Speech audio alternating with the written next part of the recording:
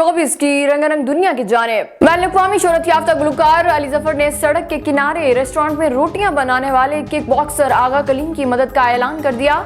लाहौर से ताल्लुक़ रखने वाले आगा कलीम ने किक बॉक्सिंग में मुतादिद कौमी और बैनुल-अक़वामी टाइटल अपने नाम किए हैं। अली जफर ने समाजी राब्ते की वेबसाइट ट्विटर पर ज़ेरे गर्दिश आगा कलीम की वीडियो पर रद्द अमल देते हुए कहा कि हमें अपने कौम के हीरोज़ की कदर करनी चाहिए, खास तौर पर इन लोगों की जिन्होंने हमें बैनुल-अक़वामी सतह पर फख्र दिलाया है। गुलकार ने मजीद कहा कि ऐसे टैलेंट को रोकने वाले स्पोर्ट्स माफिया को खत्म किया जाना चाहिए। मैं आगा कलीम की माली मदद करूंगा।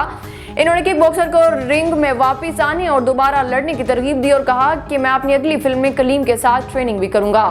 बॉलीवुड सुपरस्टार सलमान खान की नई फिल्म किसी का भाई किसी की जान के ऑफिशियल ट्रेलर रिलीज कर दिया गया, जिसको मदाह बहुत पसंद कर रहे हैं। फिल्म का ट्रेलर जैसे ही पोस्ट किया गया, मदाहों की रश लग गई और कमेंट सेक्शन में सुपरस्टार के लिए तारीफी तबसरे किए जा रहे हैं और मदाह फिल्म की रिलीज की शिद्दत से इंतजार कर रहे हैं। ट्रेलर रिलीज होने से कबल सलमान खान ने फिल्म के पोस्टर को शेयर किया।